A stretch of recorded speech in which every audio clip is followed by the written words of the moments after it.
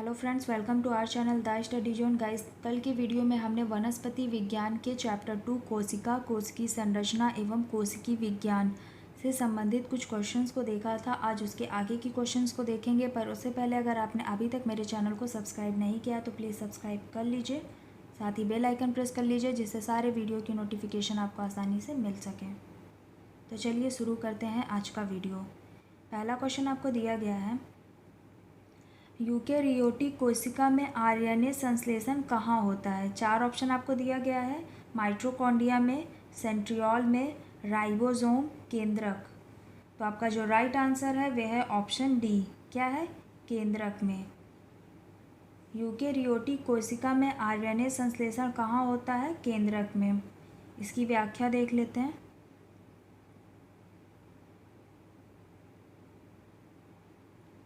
Eukaryotic कोशिकाओं में RNA का संश्लेषण ट्रांसक्रिप्शन की प्रक्रिया के द्वारा कहाँ पूर्ण होता है? केंद्रक में पूर्ण होता है। कैसे? ये आपको नीचे देखिए बताया गया है कि DNA transcription RNA, RNA translation protein.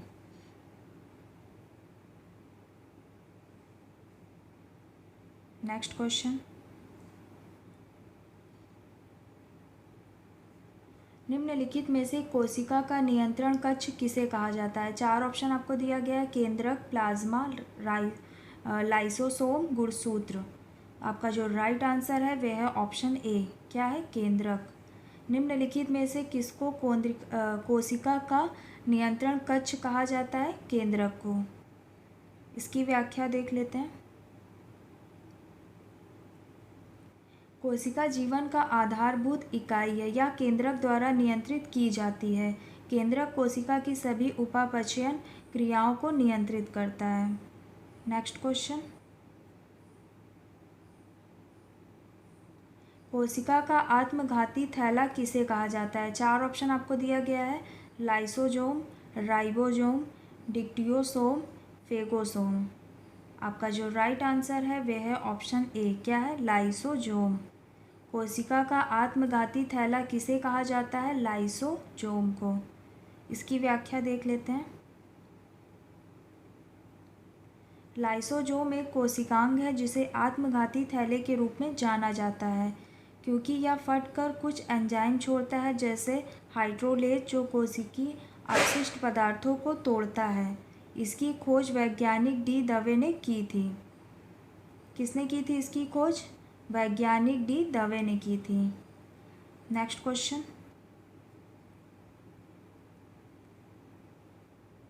आनुवांशिक रूप से समान व्यक्तियों के बीच का प्रत्यारोपण क्या कहलाता है। चार ऑप्शन आपको दिया गया है, ऑटोग्राफ्ट, आइसोग्राफ्ट, एलोग्राफ्ट, जीनोग्राफ्ट। आपका जो राइट आंसर है वह है ऑप्शन बी। क्या है? आइसोग्राफ्ट। आनुवांशिक रूप से समान व्यक्तियों के बीच का प्रत्यारोपण क्या कहलाता है? आइसोग्राफ्ट। इसकी व्याख्या देख लेते हैं। आइसोग्राफ्ट एक ऐसी प्रक्रिया है जिसमें दो आनुवांशिक रूप से समान व्यक्तियों का प्रत्यारोपण किया जाता है, जैसे मोनोजाइगोटिक जुड़वा। नेक्स्ट क्वेश्चन, पौधों में जाइलम किसके लिए उत्तरदायी होता है। चार ऑप्शन आपको दिया गया है, जल के परिवहन के लिए, भोजन के परिवहन के लिए, अमीनो अम्ल के परिवहन के लिए, ऑक्सीजन के परिवहन के लिए। आपका जो राइट आंसर है वह है ऑप्शन ए। पौधों में जाइलम किसके लिए उत्तरदायी होता है? जल के परिवहन के लिए। इसकी व्याख्या देख लेते हैं।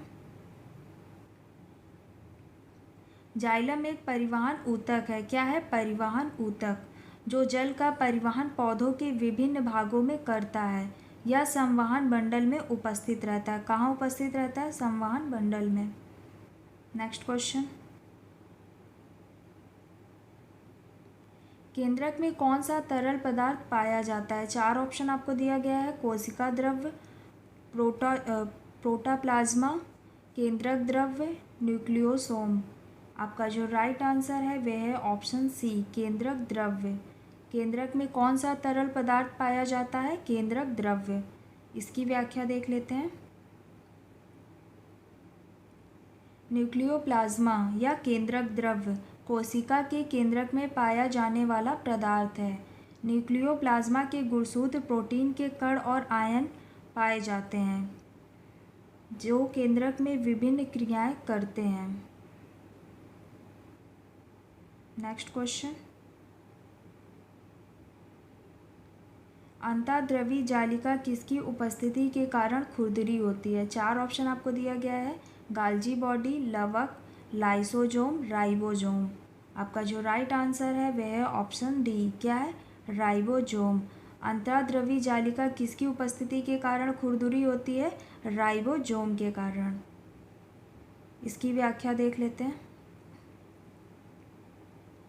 अंतःद्रवी जालिका एक महत्वपूर्ण कोशिकांग है जो प्रोटीन संश्लेषण, लिपिड के संग्रहण आदि में सहायक होता है। अतः द्रवी जालिका का खुरदरापन इन पर उपस्थित किसके कारण होता है? राइबोसोम के कारण होता है। नेक्स्ट क्वेश्चन, निम्नलिखित में से कौन सा कोशिकांग पादप कोशिका तथा जंतु कोशिका दोनों में पाया जाता है? 4 ऑप्शन आपको दिया गया है, कोशिका भित्ति, लाइसोजोम, हरित लवक, माइटोकॉन्ड्रिया। आपका जो राइट आंसर है वह है ऑप्शन डी, क्या है? माइटोकॉन्ड्रिया। निम्नलिखित में से कौन सा कोशिकांग पादप कोशिका तथा जंतु कोशिका दोनों में पाया जाता है? माइटोकॉन्ड्रिया। इसकी व्याख्या देख लेते हैं। माइटोकॉन्ड्रिया एक ऐसा कोशिकांग है जो पादप कोशिका तथा जंतु कोशिका दोनों में पाया जाता है। माइटोकॉन्ड्रिया एनटीपी बनाती है जो ऊर्जा का स्रोत होती है। माइटोकॉन्ड्रिया को कोशिका का पावर हाउस भी कहते हैं। क्या कहते हैं? माइटोकॉन्ड्रिया को कोशिका का पावर हाउस कहते हैं। नेक्स्ट क्वेश्चन, कोशिका झिल्ली किस प्रकार की होती है? 4 ऑप्शन आपको दिया गया है, पारगम्य, अर्धपारगम्य, अपारगम्य, मुफ्त पारगम्य। आपका जो राइट आंसर है वह है ऑप्शन बी, क्या है? अर्धपारगम्य। कोशिका झिल्ली किस प्रकार की होती है? अर्धपारगम्य। इसकी व्याख्या देख लेते हैं। कोशिका झिल्ली कोशिका की सबसे बाहरी परत है जो बाहरी प्लाज्मा को कोशिका प्लाज्मा से अलग करती है। कोशिका झिल्ली कैसी होती है? अर्धपारगम्य है। ये सिर्फ उन कणों को पार करने देती है जो सांद्रता को नियंत्रण करने में सहायक होते हैं। नेक्स्ट क्वेश्चन, निम्न में से कौन सा कोशिकांग कोशिकी श्वसन के लिए उत्तरदायी है? 4 ऑप्शन आपको दिया गया है, गोल्जी बॉडी, माइटोकॉन्ड्रिया, केंद्रक, लाइसोजोम। आपका जो राइट आंसर है वह है ऑप्शन बी, क्या है? माइटोकॉन्ड्रिया। निम्न में से कौन सा कोशिकांग कोशिकी श्वसन के लिए उत्तरदायी है? माइटोकॉन्ड्रिया। इसकी व्याख्या देख लेते हैं। कोशिकीय श्वसन तंत्र का क्या है? एक भाग है जो माइटोकॉन्ड्रिया में होता है। यह ऑक्सीश्वसन अवस्था है जिसमें ग्लूकोज के टूटने से क्या बनते हैं? एटीपी बनते हैं। यह प्रक्रिया ट्राई कार्बोक्सिलिक अम्ल चक्र के रूप में संपन्न होती है। किसके रूप में? ट्राई कार्बोक्सिलिक अम्ल के चक्र के रूप में संपन्न होती है। नेक्स्ट क्वेश्चन, सेल्यूलोज किस प्रकार के पोषक तत्व का उदाहरण है? 4 ऑप्शन आपको दिया गया है, वसा, कार्बोहाइड्रेट, प्रोटीन, विटामिन। आपका जो राइट आंसर है वह है ऑप्शन बी, कार्बोहाइड्रेट। सेल्यूलोज किस प्रकार के पोषक तत्व का उदाहरण है? कार्बोहाइड्रेट। इसकी व्याख्या देख लेते हैं।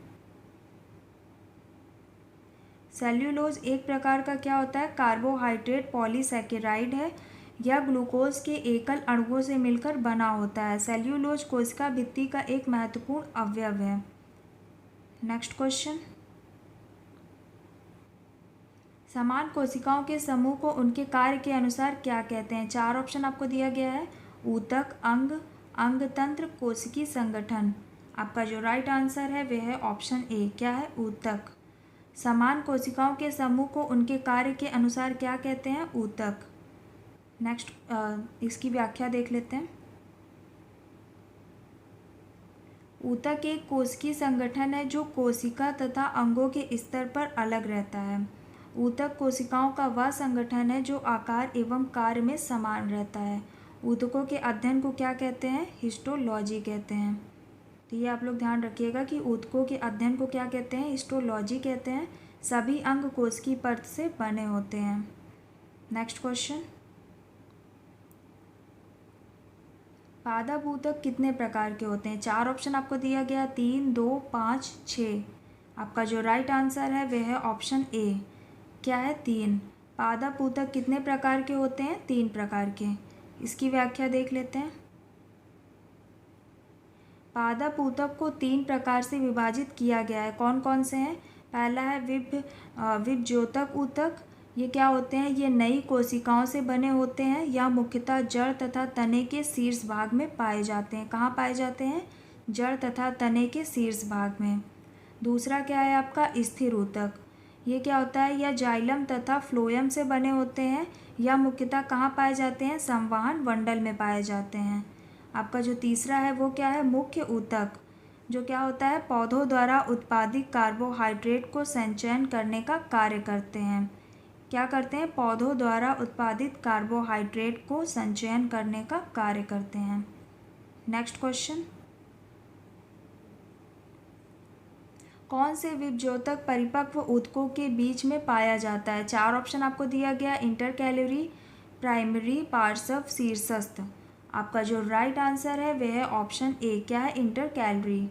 कौन से विभज्योतक परिपक्व ऊतकों के बीच में पाया जाता है? इंटरकैलोरी। इसकी व्याख्या देख लेते हैं। अंतर्विष्ट विभज्योतक ऊतक या इंटरकैलोरी प्राथमिक ऊतक होते हैं या पत्तियों के आधार में या टहनी के पूर्व के दोनों ओर उपस्थित होते हैं। कहाँ कहाँ? पत्तियों के आधार में या टहनी के पूर्व के दोनों ओर। तो गाइस ये थे आज की वीडियो के 14 क्वेश्चन। आई होप आपके लिए वीडियो यूज़फुल रहा होगा। अगर वीडियो पसंद आए तो प्लीज़ लाइक शेयर सब्सक्राइब ज़रूर करिएगा। मिलते हैं नेक्स्ट वीडियो में।